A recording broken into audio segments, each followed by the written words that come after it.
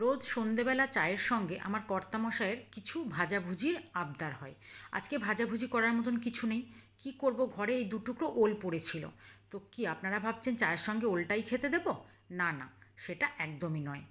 চায়ের সঙ্গে ওল দেবো না, তবে ওল দিয়ে খুব ভালো একটা ভাজাভুজির রেসিপি তৈরি করব। নমস্কার বন্ধুরা, রসনালয়ে আপনাদের অনেক স্বাগত। আজ আমি আপনাদের সঙ্গে শেয়ার করব ওলের কাবাবের রেসিপি। তো চলুন শুরু করি। প্রথমে ওল দুটোকে একটু খোসা ছাড়িয়ে দুটো টুকরো করে নিয়েছি, আর একটা আলু মাঝখান থেকে দু অর্ধেক করে সেটাও দিয়ে দিয়েছি কুকারের মধ্যে। এবার একটু জল দিয়ে এটাকে সেদ্ধ হতে দেব। 3 থেকে 4টে হুইসেল দিলেই কিন্তু এটা ভালোভাবে সেদ্ধ হয়ে যাবে। আবার এতটাও সেদ্ধ করা যাবে না যাতে এটা একদমই গলা গলা হয়ে যায়। ঠিক এই রকমভাবে সেদ্ধটা করতে হবে, একটু টাইট থাকবে। ঠিক এইভাবে সেদ্ধটা করে নেব।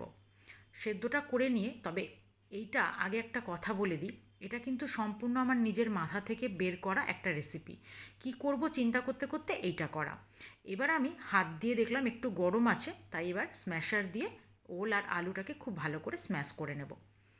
আসলে যারা বাড়িতে রান্না করে তাদের মাথা থেকে এরকম কিছু বার করতে না পারলে রোজ রোজ নতুন নতুন কোথা থেকে নিয়ে আসা যায়, তাই না? একটু এরকম করে চিন্তা করলে একটু ভালো করে এইসব কিছু বানানো যায়। এবার ভালো করে স্ম্যাশ করা হয়ে গেলে ওর মধ্যে দিয়ে দিলাম 1 টেবিল চামচ মতো বেসন আর হাফ টেবিল চামচ মতো চালের গুঁড়ো। তার সঙ্গে দিয়ে দিলাম ছোটো বাটির 1 বাটি ধনেপাতা কুচি, আর দিয়ে দেব বেশ কিছুটা ঝালের জন্য কাঁচা লঙ্কা কুচি। এবার দেব এর মধ্যে স্বাদ অনুযায়ী লবণ, আর তার সঙ্গে দিয়ে দেব ছোটো চামচের 1 চামচ ধনে গুঁড়ো, আর দেব ছোটো চামচেরই 1 চামচ জিরে গুঁড়ো। আপনারা কিন্তু অবশ্যই এটা নিজেদের পছন্দ অনুযায়ী দেবেন, কিছুটা মশলা আবার নিজেদের পছন্দ অনুযায়ীও অ্যাড করতে পারেন। এবার এখানে আমি দিয়ে দিলাম ছোটো চামচের 1 চামচ জিরে গুঁড়ো আর ছোটো চামচের হাফ চামচ গরম মশলা পাউডার। সব কিছু দেওয়া হয়ে গেলে একটু ভালো করে মিশিয়ে নিতে হবে। তার আগে আমি দিয়ে দেব হাফ পাতিলেবুর রস এর মধ্যে চিপে। এটা দেওয়ার একটাই কারণ, যদি কেউ ভেবে থাকেন যে ওল খেলে গলা ধরবে, যেটা আমার কর্তামশাই ভেবে থাকে, তাই কিন্তু আমি এই চিন্তা থেকে এই লেবুর রসটার মধ্যে চিপে দিলাম। আর তার সঙ্গে কিন্তু এটা স্বাদও খুব ভালো হবে, একটু টক ঝাল মিশিয়ে হবে। এবার খুব ভালো করে এটাকে মেখে নিতে হবে আস্তে আস্তে। নতুন পুরনো সকল বন্ধুকে আমার চ্যানেলে স্বাগত জানিয়ে, যে সকল বন্ধুরা নিয়মিত আমার ভিডিও দেখছেন তাদেরকে আমার অসংখ্য ধন্যবাদ। আর যে সকল বন্ধুরা আজকেই প্রথম আমার ভিডিও দেখছেন, এখনও চ্যানেলটি সাবস্ক্রাইব করেননি, তারা প্লিজ চ্যানেলটি সাবস্ক্রাইব করে পাশে থাকা বেল আইকনটি প্রেস করে দেবেন। এরকম সুন্দর সুন্দর ভিডিওর নোটিফিকেশান সব আগে আপনাদের কাছে পৌঁছে যাবে। আর ফেসবুক পেজ থেকে যারা আমার ভিডিওটি দেখছেন তারা অবশ্যই আমার পেজটি ফলো করে দেবেন। এবার আমার মনে হয়েছিল মাখতে গিয়ে আরও একটু চালের গুঁড়ো প্রয়োজন, আমি একটু চালের গুঁড়ো এর মধ্যে অ্যাড করে দিলাম। টোটাল আমি 1 টেবিল চামচ চালের গুঁড়ো এর মধ্যে ব্যবহার করলাম। এবার খুব ভালো করে হাত দিয়ে মেখে নিয়েছি।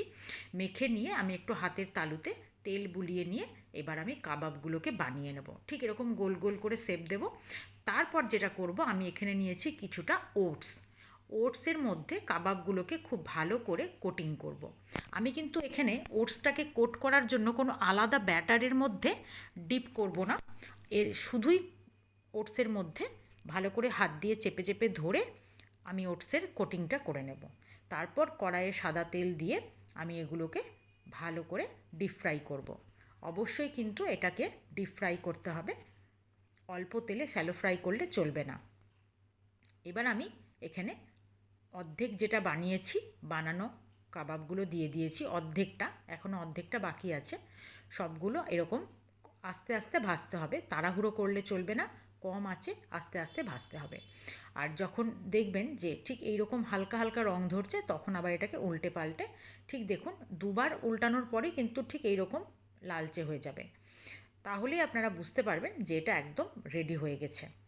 এবার আমি এটাকে আস্তে আস্তে কড়াই থেকে তুলে নেব, ছাকনার সাহায্যে, যে ঝান্নাটার সাহায্যে আমি এটাকে তুলে নেব।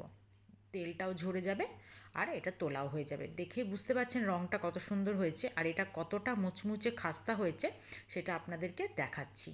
এবার যখন আমি এটাকে ভেঙে দেখাবো ভেতরটা কতটা সুন্দর আর মুচমুচে হয়েছে, তাহলে এই খাস্তা হয়েছে দেখেই বুঝতে পারবেন। এবার আমি আপনাদেরকে একবার দেখিয়ে দিই, এটাকে অবশ্যই কাসুন্দির সঙ্গে সার্ভ করবেন।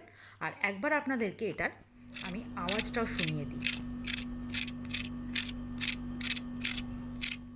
বুঝতে পারেন কতটা সুন্দর হয়েছে। আজ এই পর্যন্তই, ধন্যবাদ।